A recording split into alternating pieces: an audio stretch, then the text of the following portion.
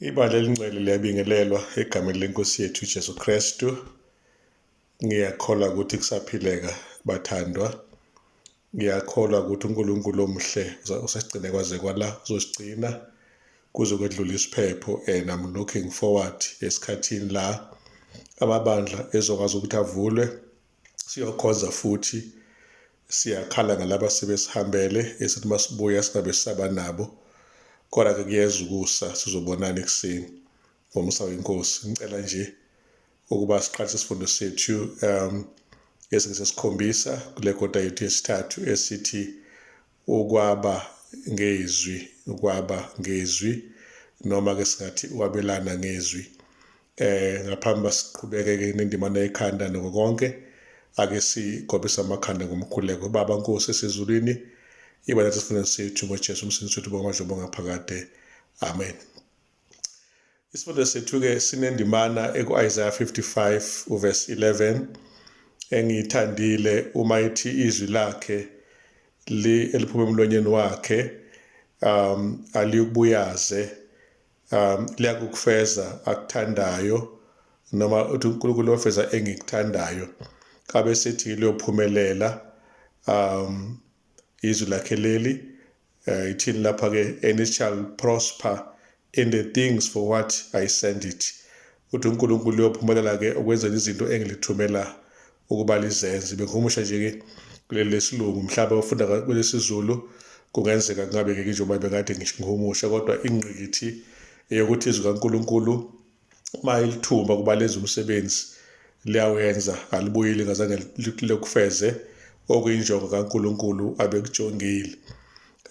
Ukufakaza-ke bakithi ukukhuluma-ke ngoJesu kuchaza ukuthi siyamazi uJesu Kristu esikhuluma ngaye. Eqinisweni uma sikhuluma ngoJesu Kristu sisuke siqonda ukuthi khona impikiswano enkulu, a-great controversy. Kube khona uthathano kaNkulunkulu, kube khona ukuzalwa, kube khona impilo, kube khona umsebenzi kaJesu, kube khona ukufa, kube khona uvuko kanye nokubuya kwenkosi uJesu kwesibili. Umbuzo uthi konke lokho siyakwazi yini? Impendulo-ke ithi yebo phela siyakwazi. Uma lokho sikwazi-ke konke, simbhekile kuJesu ukuthi ambulwe ngamandla nangenkazimulo kaNkulunkulu, la konke icebo lakhe losindiso lohlala khona obala lipheleliswe lonke. UJesu-ke ngomoya wakhe ongcwele ukwazile ukuthi abe ukukhanya akufikile ezweni, okukhanyisela abantu bonke. Uqala uJohn 1 uverse 9. Noma kunjalo futhi izwi lakhe uNkulunkulu lisachaza amaqiniso angcwele. Umoya ongcwele uphinde embule enhlizweni zethu ngendlela ambula ngayo lokho uNkulunkulu afuna ukuthi akwembule kuthina. Uma sibheka lapha-ke izwi kaThixo elilotshiweyo lilotshwe lacaca kakhulu ngokugcwele ukuba-ke lembule uJesu Kristu. Ngamanye amazwi, okunye okumbula uJesu Kristu njengemvelo akusambuli ngokuphelele, kodwa izwi lakhe limembula kucace ukuthi nje ba. Kodwa nalama lifundwa kahle, umuntu eyithobile, ethandazile, ephinde futhi anxusa umoya ongcwele kokuthi ingqondo yakhe ayikhanyise ukuze kube lula ukuqonda izwi kaThixo elilotshiweyo. Ilawo magama-ke engiwathanda ebalulekile ukuthi nje izwi likaNkulunkulu elicacileyo liyisambulo esicacile sikaJesu Kristu, njengoba liyilizwi elakhe eliphilayo. Abaholi bezenkolo ngey'khathi kaJesu nakule mihla namhlanje bahluleka ukuqonda umlayezo nqangi wezwi la uJesu eyisho khona ukuthi nihlola imibhalo nenza kahle ngoba ninokuphila okuphakade kuyo, iyona ifakaza ngami. uJohn 5 verse 39. Lapha uma suqonda kahle-ke umbhalo nemfundiso yawo kukumbula ubuhle bukaJesu nesimilo sakhe esihle, bese-ke siba ngabantu abakwazi ukuqonda injongo yokuqala yezwi kaNkulunkulu ukuthi nje likwazi ukusinikeza abantu abafanele esingakhuluma nabo ngesikhathi esifanele, sembula lo Jesu eweqiniso, sabelana ngaye nabanye abantu. Yileyo ndawana nje sihlobo engicabanga ukuthi ingebalulekile ukuthi siyibambisiseke kakhulu. Uma sihlabela umgama noma phambili sithola isigaba esithi-ke imizekelo yezwi kaNkulunkulu. Kukhona imifanekiso iBhayibheli eliyisebenzisayo malichaza izwi. Okokuqala igama lithi ukukhanya.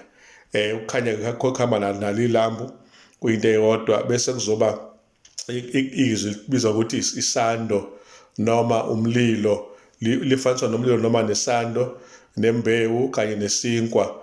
Izinto-ke lezi eziyisihlanu okutholakala ukuthi izwi kaNkulunkulu lifaniswa nazo. Umlilo ingoba phela nesando, izinto ey'shisayo ney'shayayo, ukucangatha impilo, bese iyahlambuluka inhliziyo yomuntu ikwazi ukuba ibe mhlophe ngenxa yokuthi umlilo ushisa okuyisono, nesando sicangatha ubugwegwe siqondise umuntu kaNkulunkulu. Kanti ukukhanya-ke ikhona kakhulu uJesu Kristu ayikho, okukhanya ezweni, okukhanya ebumnyameni obuningi bongaqondi izwi kaNkulunkulu nesibilo sakhe uJehova nemvelo yakhe. Ingqondo ezwe emnyama iyakhanyiseleka, yenziwe ngekhanyiselekile ngokufunda izwi kaNkulunkulu bese yembuleka ngaye uNkulunkulu. Kugqamela ukuthi imbewu uma sihlwanyeliwe ayimili ngesikhathi esifanayo, ayikhuli ngokufana, kodwa igcina isimilile bese iyakhula futhi mhlawumbe ngokushesha noma kancane. Kodwa izwi kaNkulunkulu-ke nalo lisebenza abantu ngokuhlukana. Khona umuntu elimshishisa kakhulu ukuthi limguqule, kodwa omunye liyaphuza ukumguqula. Kodwa selinjengembewu uma selishunyayeliwe esingaphakathi kuye, engaqhuma noma yinini ibonakale ikhula, ithela-ke izithelo. Okunye okuvelayo la ukuthi uma sitshala-ke izwi kaNkulunkulu enhliziyweni zabantu, singelinde ukuthi livuthwe masishane libonakala umphumela walo. Kodwa ngoba sesilitshalile linjengembewu, ngesikhathi salo seliyomila, bese umuntu esabela kumoya ongcwele njengoba emncenga umoya engcwele umuntu, bese sibona kumphumela wesivuno esukuthi umuntu asondelele ngasembusweni kaNkulunkulu. Ngithi-ke mina makube njalo bantwana bakaNkulunkulu, ake silitshale izwi kaNkulunkulu njengembewu ey'nhliziyweni zabantu, okuthi ngokuthi balizwile bese kuba khona imicabango ezobadudula ukuthi balenze izwi kaNkulunkulu.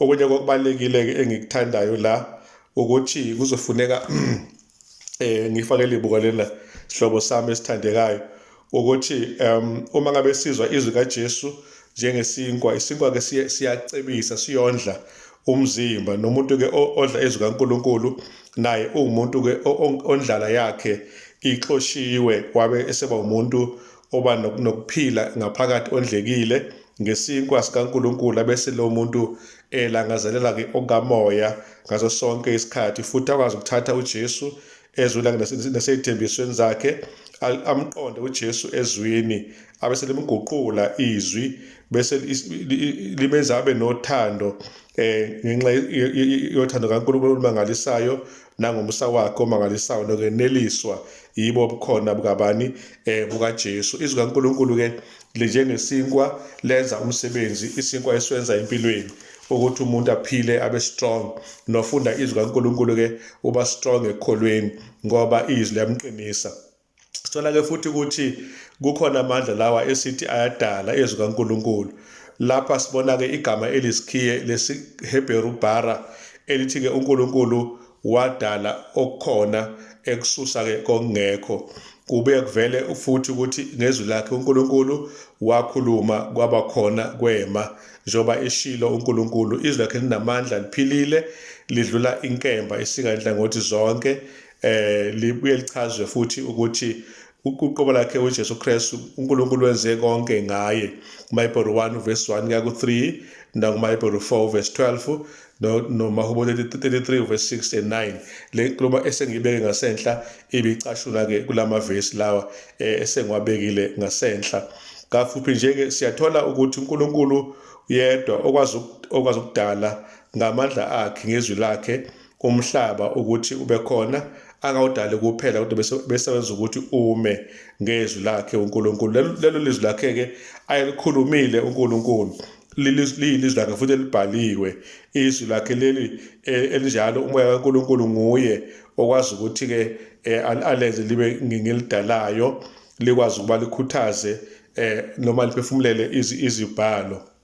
Namhlanje sithola ukuthi iBhayibheli likhona singalabela ngalo nabanye abantu ngoba lisitshela ngempilo yasezulwini, impilo eguqulayo namandla ezwi adalayo inguquko emntwini.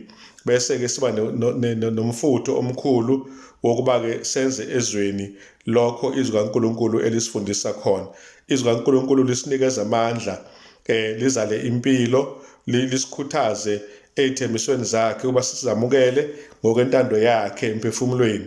Liphinde lilethe futhi impilo leyo engenaphakade, impilo yakhe lo ongunaphakade, liguqule imvelo yethu, lisenze kabusha imphefumulo yethu nomfanekiso wethu ube musha kuKristu. Incwadi Education ebhala-ke nguMama White ikhasi ngupage 126.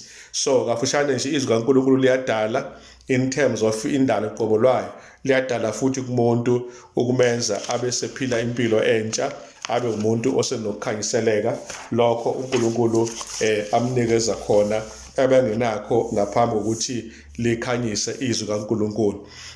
Kukhona-ke ukuthi inzuzo yokufunda izwi kaNkulunkulu, lapha-ke sizuza ini-ke na ekufundeni izwi kaNkulunkulu sizuza kakhulu. Abapostoli bethu abanjengoPetro uyasitshela ukuthi uma sifunda izwi sithola uba sibe nemvelo yasezulwini. Petro oqala, Petro wesibili 1 verse 4, aphinde asitshele futhi uJakobe ukuthi izwi malitshaliwe ngaphakathi kwethu liyasisindisa imphefumulo yethu, uJakobe 1 verse 21. Aphinde angeze uPawuli laphana kwaseKorinte besibili 3 verse 18, qala ngoZenzo 20 verse 32, ukuthi izwi liyasakha, lisibeke efeni lelo Jehova sinikeze lona lokungcweliswa. Liphinde futhi iBhayibheli libe namandla nenhloso yokusindisa. Wonke umuntu ofunda iBhayibheli uyakwazi ukuthi aguqulwe ngokumbheka yena uJesu ezwini lakhe sifana naye. Besibili baseKorinte 3 verse 8 kusho ukuthi-ke siba ngabantu manje abanomthetho kaNkulunkulu nokuqonda imvelo kamoya, ngokumbheka nje siguqulwe ingqondo yethu bese ngokukhulu ukuyimisela iguqulwe bese iyavumelana nokuhlala kukaNkulunkulu ekuphileni kwethu. Yileyo ndawana nje engiyithandayo. Ngifuna ukusho ukuthi ukufunda izwi kunenzuzo enkulu yesikhathi samanje nesizayo, kuyokuthi noma sephucwa amaBhayibheli sesihlushwa ngenxa yokuba besizama labo bezobe besizama bangabi nawo amandla okusinqoba. Angeke sinqotshwe lutho olubi uma ngabe sizondla ngokungezwi linaleso sondlo nalokho kuzuza okukhulu. Uma usibheka uTimothy wesibili 3 verse 14 to 17 kanye noJohn 17:14 to 17, sithola nje ukuthi inzuzo engeziweyo ngokufunda izwi khona usindiso, khona ukuhlakanipha, khona ukuqonda imfundiso, kukhona ukukhuzwa, kukhona ukuqondiswa nokuyalwa ekulungeni, ukuze umuntu kaNkulunkulu ahlome aphelisa yonke imisebenzi emihle. Ilokho kafushane nje sikutholayo uma ngabe sifunda izwi kaNkulunkulu. Okubalulekileyo-ke ukuthi uPawulu elobela-ke uzakwabo omncane uTimothy wamkhuthaza kakhulu ukuba athembeke embhalweni, ikakhulukazi ukwabelana ngalo nabanye abantu lelizwe liphefumulelwe uNkulunkulu.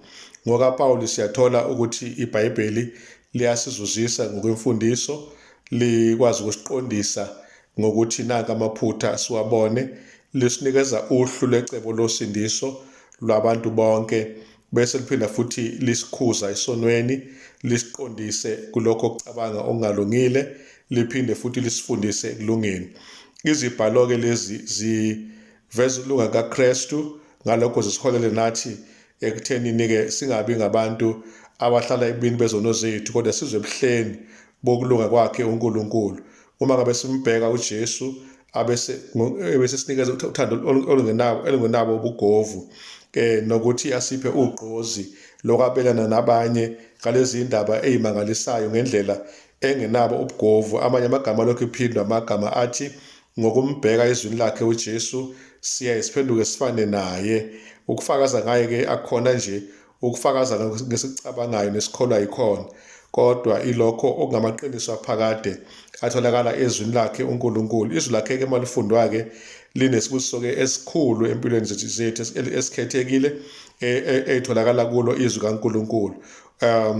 Bese kuba ukuthi-ke lisenze-ke nathi sikwazi ukutshela abanye ngesibusiso nathi esisitholileyo nabo babusiswe futhi ngokufanayo.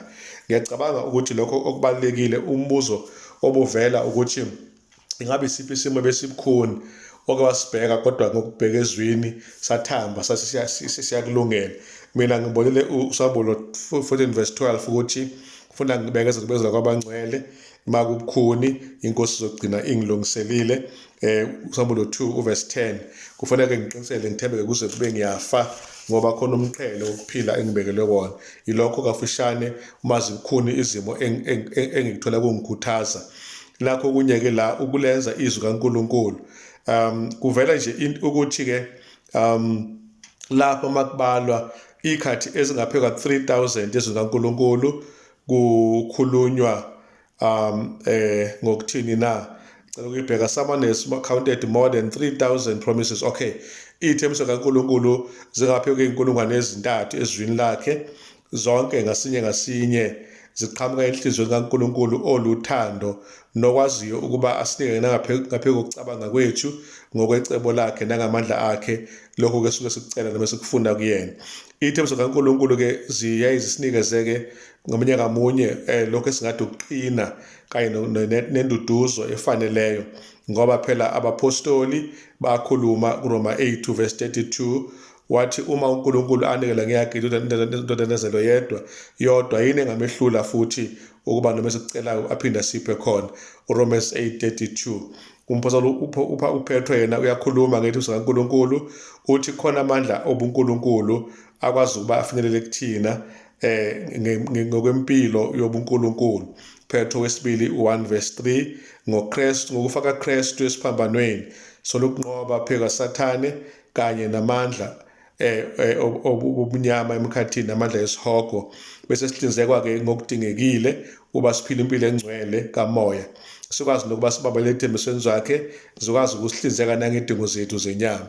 Kafushane nje i-application yezwi kaNkulunkulu isho ukuthi siyabusiseka ngokamoya nangomqondo nangokuphila nje okujwayelekile, kanti futhi siyabusiseka nasenyameni ngoba siyaqina amathambo ethu nomqondo wethu ukuphola ngoba sibambelele kulokho uNkulunkulu asithembisa khona.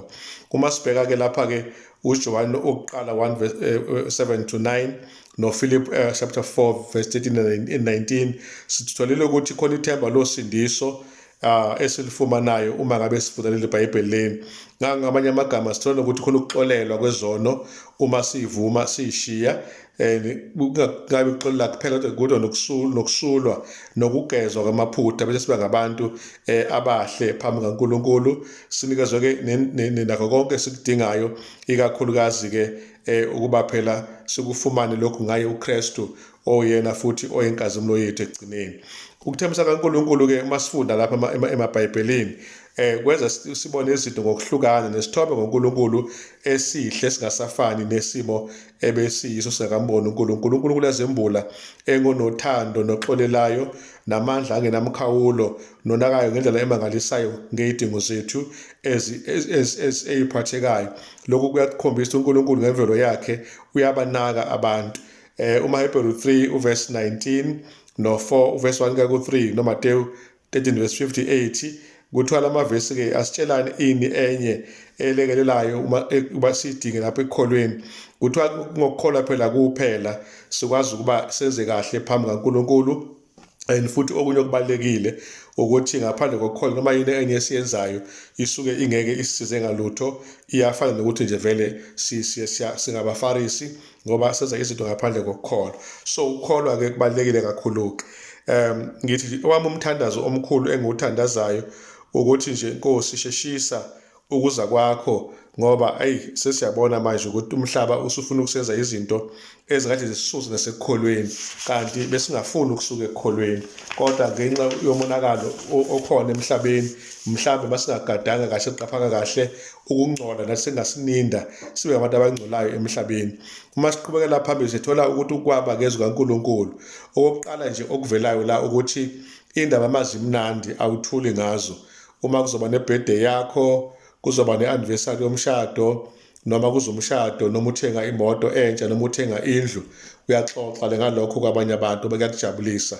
Ngokufanayo nakho izwi kaNkulunkulu alisithathekise ngalokho sikhulume ngalo kwabanye abantu baze balizwe kithina ukuthi liyilizwi elinjani ngenxa yokuthi ilizwi elihle. Kafushane nje liyakhuthaza izwi ngokwalo ukuthi umuntu makakhulume ngalo. Bengicela nje bazalwane ukuthi ake singavangeli ngoba sekukhulume abefundisi noma abase-ofisini, kodwa ake sisukeleke sivakele ngoba nathi umoya engcwele ekhuluma kithi ngezwi lakhe elihle kakhulu kuthini. UPetro umemezelile-ke la kuZenzo 4 verse 20 uthi-ke asikwazi ukukhuluma okunye kuphela esikuzwile nesikwaziyo. Yilokho kusemqoka uma sikhuluma ngezwi kaNkulunkulu asikhulumi okwethu, nokuthi-ke umuntu osezelwe lapha kuKristu inhliziyo yakhe kuzalwa isifiso sokumenza lo mngani omuhle oyigugu asemfumela kuJesu Kristu kwabanye abantu. Uba lo muntu kuba nokusindiswa nokuneliswa ngeqiniso abese inhliziyo yakhe iba ngeke ikwazi ukuvala ithule ingakhulumi ngoJesu. Lo muntu uyamalunga kaKristu abese egcwaliswa ngenjabulo nokuhlala kamoya engcwele ngaphakathi kwakhe abese-ke ngalokho-ke eba nokuthula okusenhliziyweni yakhe. Incwadi Step to Christ ikhasi ngu-78. uRomans 1 verse 14 to 16 uPawulu uyasho ukuthi nginesikweletu kubona amaGriki kanye nabanye abangama-barbarians, shuthi abantu nje abangaphucuzekanga, kubantu abahlakaniphile nabantu abangahlakaniphile. Uthi konke lokhu ngilungele ukushumela ivangeli kwabaseRoma, futhi ngishumayele ivangeli likaKristu engenamahloni ngalo ngoba kuliwusindiso kuqala kumJuda kuze kumGriki nabo bonke abanye abakholwayo. Kuthi uPawulu meqhubeka lapha-ke akazange akhathale ukuba indaba yakhe yokuphenduka ayixoxe njalo ngoba kwakucima enhliziyweni yakhe injabulo ngoJesu, indaba ezinhle angakhulumi ngazo, engekwazi ukuthula nazo. Uma sibuyela kuthina-ke namhlanje kuyamangalisa ukubona isifundisi nabazalwane nje emabandleni kuhlaleka nje kuthuleka nje iviki lonke kungafakazwa ngoJesu. Kuyinto-ke leyo mina engethusayo ukuthi uthula kanjani ngoJesu ungafakazi ngaye umthanda ephila enhliziyweni yakho. Nakho kubalulekile engicelayo. Nakho kunye engifuna ukuthi sikubheke kafushane la kuthiwa-ke izwi kaNkulunkulu-ke liyasebenza-ke enhliziyweni zabantu abasizungezileyo. Kunokuqonda kamoya okukhona ngoba kusetshenzwa abantu bakaNkulunkulu bethola amathuba okwaba ngezwi kaNkulunkulu kwabanye abantu. Njengoba-ke silungiselela-ke inhliziyo, inhlabathi yenhliziyo kokuthi ibe nethuba lokuba sishale imbewu yevangeli. Umoya ongcwele-ke le nhliziyo leyo yayilungiselela njengenhliziyo kaNikodimasi, umama waseSamariya, umama wayenomopho, isela esiphambanweni, sohlala semaromeni, nabaningi abakwazi ukusizakala baphendukela kuJesu umoya engcwele ekhuluma kubona. Ngakho-ke ey'meni zonke zokuphila kwethu siyaqondiswa umoya ongcwele, siyathathekiswa ngaye uba samukele umlayezo kaKristu. Kusemqoka lapha ukuthi makube yinto esiye siyenza ngokwemvelo ukuthi sikhuleke sabelane ngey'themiso zebhayibheli and futhi sinikeza abanye abantu iy'ncwajana abazoyifunda. Yonke lento sikwazi ukuthi siyenze ukuze sikwazi ukuqhuba ngokukholwa lo msebenzi kaNkulunkulu. Umoya engcwele esithinta enhliziyweni zethu ukuba sikwazi ukuxoxela abanye ngaye, sifakaza ngaye. Asibonge ukuthi umoya engcwele lokhu uyaqhubeka nokwenza. Sengathi-ke inkosi yomusa ingaqhubeka nje isisize ngasonke isikhathi. Uma ngivala-ke indaba yami ngithi nje-ke bazalwane bami, ukufakaza ngoJesu ake kusuke ngaphakathi kuqubuke nje ugqozi. Ungalini njalo ukukhuthazwa, ake usikhuthalele. Mina ngakhuthala ngina-15 years, ngi-17 years, 16 years ngaqala ngashumayela ngoJesu. Engekho umfundisi ongifundisile engekho umdala ongifundisile, kodwa njengoba ngase ngimthanda vele uJesu kwanogqozi. Sengifundisekile-ke manje, sengiyazi, ngakho-ke ngikwazi ukungafakazi ngayo. Kuyangihlula-ke mina ungafakazi ngoJesu nje la ngidlula khona. Ngidlula ngifundisa, ngishumayela abantu, ngibafaka ku-Voice of Prophets neminye imisebenzi ebalulekile. Ngicela-ke sonke sisebenze ngokukhulu ukuyimisela, uNkulunkulu aze ajabule naye esezulwini. Lezi ndaba ezinhle zokufakaza ngoJesu maze sithathekise, singaqhutshwa njengebhala, kodwa sibe nogqozi ngokwethu. Sibuseke inkosi liza ngalamazwi ihlobo sami, bese ngiyafakaza ngoJesu, ubatshele labo onethulo kubatshela. Inkosi kubusise ngoJesu kuze bephakade. Amen. Nkulunkulu siyakubonga ngokusinika ithuba. Sicela-ke usilekelele sibe ngofakazi bakho kulo mhlaba wethu. Nkulunkulu sinike amandla kaMoya Oyingcwele, asikhuthaze sonke isikhathi. Ngegama lakho siyakhulekela abantu esizovangela kubo, bakwazi uvangeleka, bazuzeke ngoJesu. Inkosi ubonga manje nebonga phakade. Amen.